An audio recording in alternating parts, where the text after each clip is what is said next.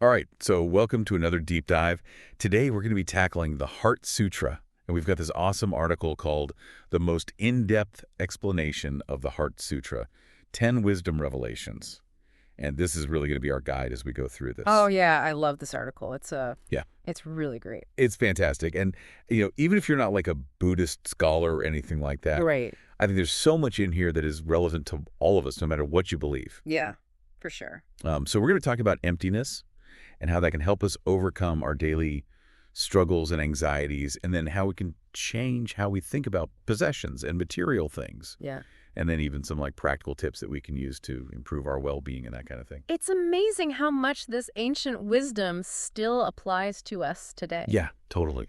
Yeah. So let's start with like the basics, the Heart Sutra. It's a pretty important text in Buddhism, right? It is, yeah. It's known for its exploration of emptiness, which is a concept that can be kind of hard to grasp at first. Yeah. Emptiness. It doesn't exactly sound like, the key to happiness and fulfillment. No, not at first glance, right. But it's not really about nothingness. Okay. The article explains emptiness as a state of interconnectedness and constant change, like everything's in flux. Hmm. And that's where the first big realization comes in. Understanding this idea of emptiness can help us transcend like our daily worries and suffering. Okay, that's interesting, but how does that actually work? Well, think about it. We get so stressed out about things that are happening right now. Right. But the Heart Sutra says nothing stays the same. This moment, whether it's good or bad, it's fleeting. So it's like getting some perspective on things, like zooming out from all the drama. Exactly. And the article uses this idea of the five aggregates to explain this. It's basically saying that everything we think of as me, like our body, our feelings, our perceptions, it's all constantly changing and interconnected. So it's not denying who we are, but seeing ourselves as like part of a bigger picture. Yes, you got it. And that leads us to another key point, our attachment to material things. The Heart Sutra has this famous line, form is not different from emptiness. Emptiness is not different from form. It's saying that material stuff doesn't really have a fixed reality apart from this idea of emptiness. Okay, I think I get it, but can you give me an example? Sure. Imagine a beautiful vase. It seems solid and permanent, but if you break it down to its tiniest parts, it's just atoms in motion. And even those atoms are mostly empty space. So the vase's form is inseparable from emptiness. So even though we think of material things as lasting, they're actually always changing and ultimately not as real as they appear. That's the idea. So if I'm like stressing about getting the latest phone, remembering that it's not really as permanent or as important as it seems could help me chill out a bit. Exactly. The article says that understanding this concept can help us loosen our grip on material possessions. That makes sense. So is the Heart Sutra like encouraging us to be minimalists? Not necessarily. It's more about shifting our perspective. It's not saying we can't enjoy nice things, but by not clinging too tightly to them, we can experience more freedom and peace of mind. So less, I need this new thing, and more, hey, this is cool, but it's not going to make or break my happiness. Precisely. This is deep stuff. So where do we go from here? Well, the Heart Sutra also challenges a lot of dualistic thinking, like good versus bad, right versus wrong, permanent versus impermanent. Yeah, I can see how that plays into our everyday lives. We're always judging things and putting them in categories. Absolutely. But the Heart Sutra says that these dualities are just concepts. They're not absolute truths. And understanding this can bring us more inner peace. I see how all these ideas connect. So how does this relate to suffering, which is a big deal in Buddhism? Great question. The Heart Sutra tackles the Four Noble Truths head on, but from the perspective of emptiness. The Four Noble Truths. You mean the ones about the existence of suffering, its origins, its cessation, and the path to ending it? Yes, those. They are pretty fundamental, but the Heart Sutra says even those concepts are relative. It actually says there is no suffering, origination, cessation, or path. There is no wisdom, and there is no attainment. Whoa, that's a big statement. It is. It's challenging us to rethink how we think about suffering and enlightenment. So how do we make sense of that? If there's no path, how do we reach liberation? Isn't that where the Bodhisattva comes in? You're right on track. The Bodhisattva is someone who is striving for enlightenment, not just for themselves, but to help everyone. And the Heart Sutra is saying that with this wisdom, a Bodhisattva can achieve fearlessness and freedom from delusion. When the Sutra actually says, all Buddhas of the three times, by relying on the Prajnaparamita, attain Anuttara Samyak Sambodhi. Exactly. That means all Buddhas achieve enlightenment through this ultimate wisdom, this prajnaparamita, which is like the perfection of wisdom that the Heart Sutra is all about. Wow, this is getting pretty heavy. It is. And that brings us to the powerful mantra that ends the Heart Sutra. Gate, gate paragate, parasamgate, bodhisvaha. I've heard that before. What does it mean? It's often translated as gone, gone, gone, completely gone beyond, awakening, hail. It's like the whole message of the sutra in a nutshell. It sounds like a call to action. Exactly. It urges us towards awakening and liberation. So I'm glad we're breaking this down because it's all starting to click. But how do we actually apply these ancient teachings to our modern lives? This article isn't just some theory, right? Not at all. That's what's so cool about it. The Heart Sutra isn't just some abstract philosophy. It's meant to be lived. The article gives some practical tips, too. Okay, I'm all ears. Give me the actionable takeaways. What can we start doing like today? Well, the article really pushes the power of meditation and mindfulness. It says even just spending a few minutes each day reflecting on these teachings can make a big difference. So it's like hitting pause for a bit to really absorb these ideas and see how they connect with our own experiences. Exactly. And it all ties into that whole idea of reducing attachment that we talked about earlier. By understanding emptiness, we can start to let go of clinging to things, whether it's possessions, opinions, or even certain outcomes. So training ourselves to be less reactive and more at peace with how things are. Right. And finally, the article highlights how important it is to cultivate compassion. When we see how interconnected we all are, it naturally leads to treating ourselves and others with more kindness and understanding. That's beautiful, taking these profound teachings and making them real in our everyday interactions. Exactly. This is amazing. It's incredible how the Heart Sutra, even after all these centuries, still has so much to say to us today. It really is timeless wisdom. It is. But before we move on, the article asks this thought-provoking question. Given the idea that everything is impermanent and interconnected, how might you approach your day, your relationships, or your goals differently? That's a great question. Makes you really think. It does. Definitely something to ponder as we keep going with our deep dive into the Heart Sutra. Can't wait to hear more. Me too. You know, it's really amazing how much depth there is to this Heart Sutra. It really is. I mean, there's always something new to unpack. Mm. What I find so fascinating is how this ancient text, speaks to the anxieties we face like today in modern life. We're constantly bombarded with messages about what we should buy, how we should look, who we should be to find happiness. Yeah, it's a never-ending It never ends. cycle, isn't it? Yeah, Always chasing that next thing. exactly. And, the Heart Sutra seems to offer, like, a different approach. Mm. By understanding that everything is impermanent, interconnected, maybe we can kind of let go of those anxieties and find that peace that doesn't depend on, external things. Yeah, I think that's a really key takeaway. The article even touches on how this understanding can transform our relationships too. Really? How so? Well, think about it.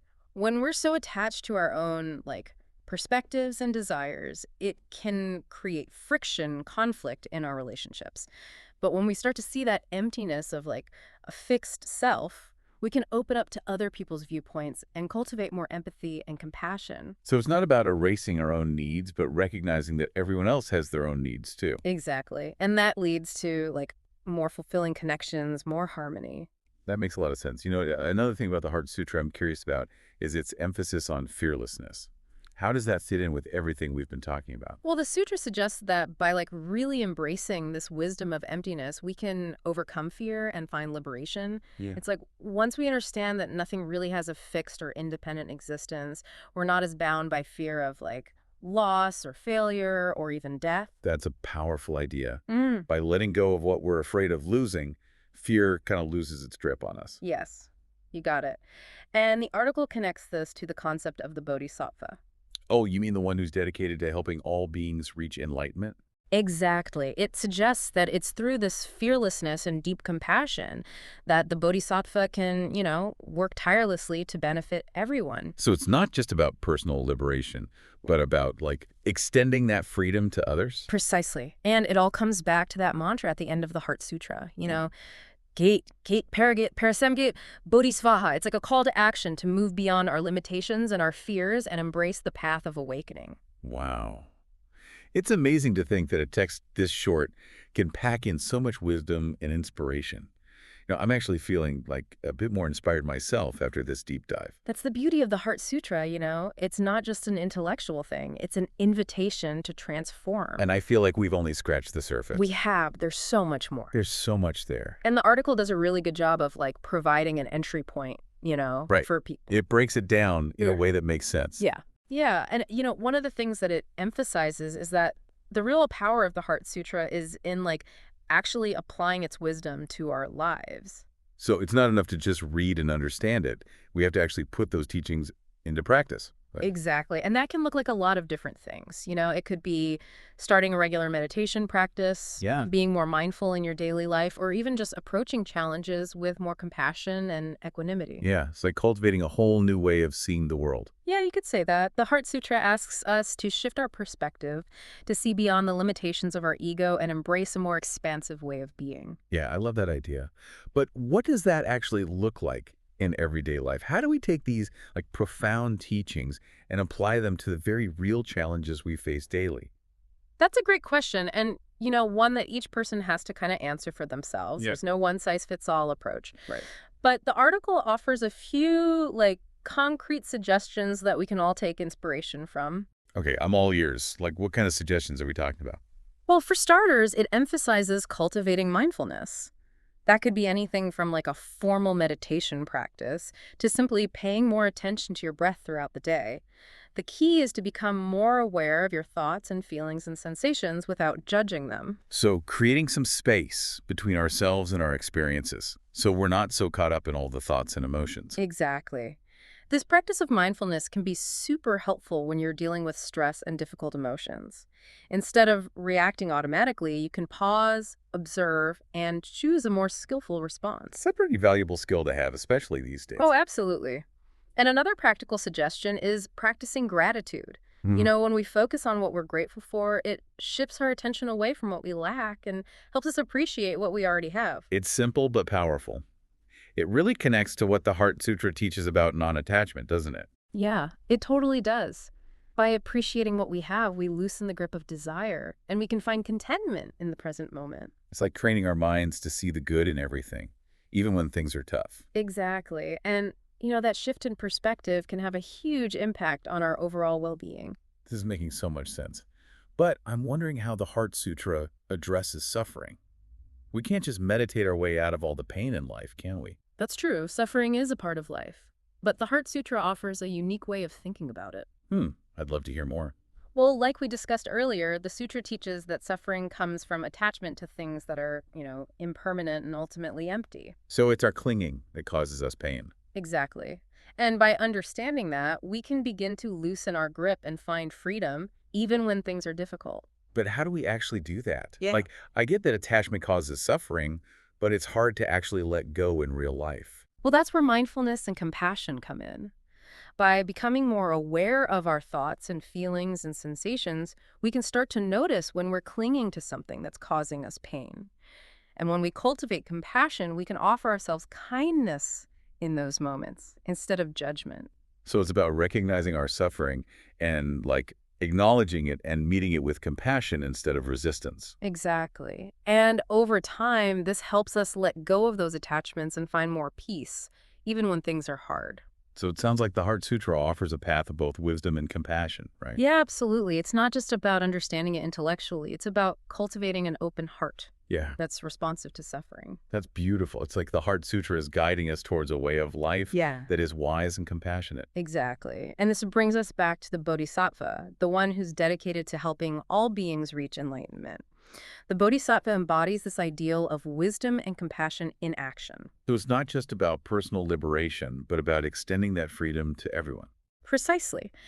And the Heart Sutra inspires us to live in a way that reflects that ideal, to see ourselves as interconnected with everyone and to act with kindness and understanding. It's a powerful vision of what's possible when we embrace the wisdom of the Heart Sutra. It really is. And even though we've covered a lot of ground, this is really just the beginning. Always more to learn.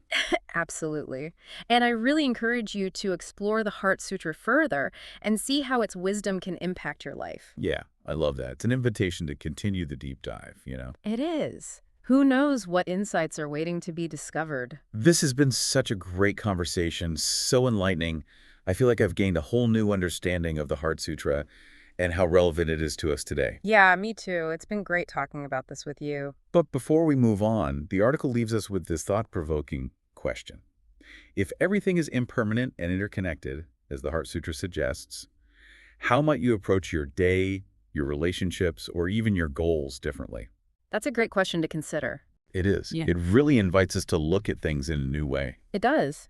And maybe by doing that, we can find more peace and freedom and connection in our lives. Maybe indeed. We'll leave you to continue your own deep dive into the wisdom of the Heart Sutra. It's a journey worth taking. It really is. But there's still more to uncover together, so let's, it's pretty amazing how these ancient Buddhist teachings can be so helpful for dealing with the stuff we go through today. It really is, right? It's like they understood something deep about being human that's still true now. Totally. And one of the big takeaways from the Heart Sutra, like the article says, is how important it is to see that everything is connected. Yeah, absolutely. That idea changes everything about how we live.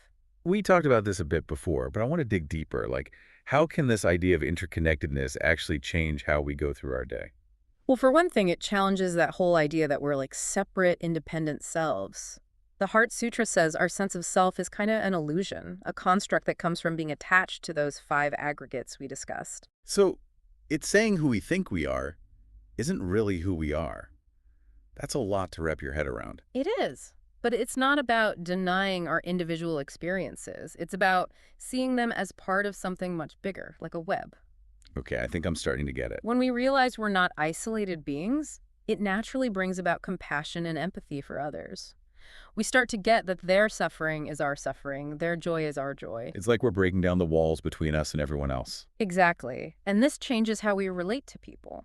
Instead of seeing them as separate, maybe even threatening, we start to see them as reflections of ourselves. That's a really cool way to think about it. It's less about competing and more about working together, less about fear and more about love. You got it.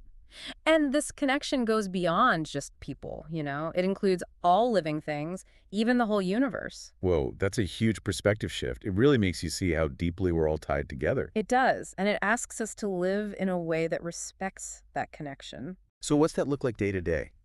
How do we actually put this interconnectedness into practice? Well, I think it starts with just paying attention. By noticing our thoughts, words, and actions, we can become more aware of how we're affecting ourselves, others, and the world. It's like we're taking responsibility for our own energy and how it spreads out. Exactly. It's about making choices that line up with what we believe in and contribute to the well-being of everyone. So living with both wisdom and compassion.